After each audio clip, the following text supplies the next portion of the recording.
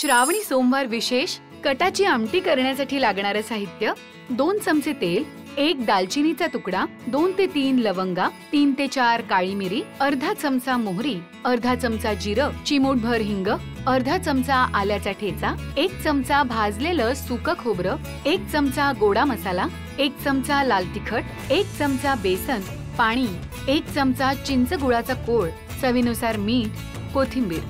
कटाच्या आमटीसाठी गरम तेलात दालचिनी, लवंग, मोहरी, जिरं, हिंग, आलं, भाजलेलं सुकं खोबरं, गोडा मसाला, तिखट, बेसन, डाळीचं पाणी आणि पाणी घालत चिंच गुळाचा कोळ, मीठ मिसळून घेत याला उकळी काढायची। वर आवडीप्रमाणे कोथिंबीर घालायची। झाली आपली श्रावणी सोमवार विशेष कटाची आमटी तयार। श्रावणी सोमवार विशेष कोबीची भजी करण्यासाठी लागणारे साहित्य: कोबी, अर्धा कप बेसन, पाव कप तांदळाचं पीठ, कोथिंबीर, अर्धा चमचा किसलेलं आलं, मीठ, अर्धा चमचा ओवा, 1 चमचा लाल तिखट, खायचा सोडा, पाणी, तेल। किसलेल्या कोबीत बेसन, तांदळाचं पीठ, कोथिंबीर, आलं, मीठ, ओवा, तिखट, खायचा सोडा मिसळून घेत गरम तेलात ही भजी तळायची। श्रावणी सोमवार विशेष झाली आपली कोबीची भजी तयार।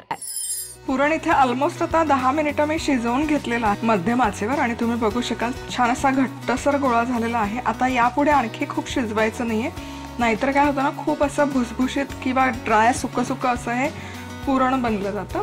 आता यामध्ये घालूयात वेलची पूड, जायफळ, चिमूटभर जायफळ, मिक्स करूयात आणि पुरण आता थंड करून घेऊयात। कटाची आमटी बनवूयात। 2 चमचे तेल गरम करून घ्यायचं, त्यामध्ये घालायची दालचिनी, त्याचबरोबर लवंग, काळी मिरी, मोहरी आणि जिरं। मोहरी मस्त तडतडली पाहिजे, जिरं फुललं पाहिजे। आता हिंग आणि आल्याचा ठेचा। आता हे छान मिनिटभर परतून झालं की यामध्ये 1 चमचाभर भाजलेलं सुकं खोबरं जे मिक्सरला वाटून घेतलं ते घालायचे, गोडा मसाला आणि बॅडगी मिरची। तुम्ही बघू शकाल रंग मस्त आलेला आहे। आता हे एकसारखं भाजून झालं की यामध्ये घालायचं 1 चमचाभर बेसन। बेसनमुळे काय होतं ना, कन्सिस्टन्सी एकदम छान येते या आमटीला। जे डाळीचं पाणी आहे हे डाळीचं पाणी आपण यामध्ये घालतोय, त्याचबरोबर थोडंसं पाणी कन्सिस्टन्सी ॲडजस्ट करण्यासाठी व्यवस्थित मिक्स करून घ्यायचं।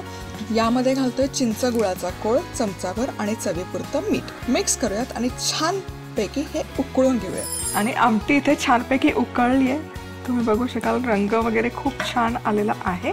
आता यामध्ये घालूयात थोडीशी बारीक चिरलेली कोथिंबीर।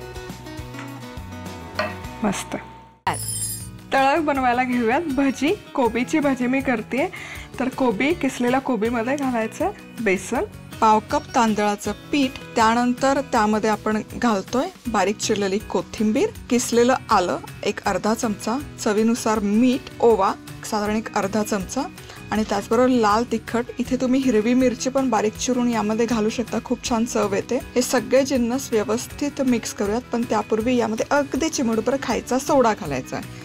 तुम्ही 1 चमचाभर तेल घालू शकता खायच्या सोड्याच्या ऐवजी। अगदी चमचाभर पाणी घालायचंय, कोबीमध्ये खूप सारं मॉइश्चर असतं त्यामुळे पाणी खूप सारं वापरायचं नाही। आता हे हलकसं फक्त मिक्स करून घेऊयात आणि हे मिक्स करून झालं छानपैकी की भजी तळून घेऊयात। तेल हलकसं गरम झालं की यामध्ये मीडियम हीटवर या आपण जशी कांदा भजी करतो ना त्याच पद्धतीने ही कोबीची भजी पण सोडायची आणि मस्तपैकी दोनही बाजूने खरपूस अशी तळून घ्यायची। तुम्ही बघू शकाल, आहा क्या बात आहे, मस्त दिसतात।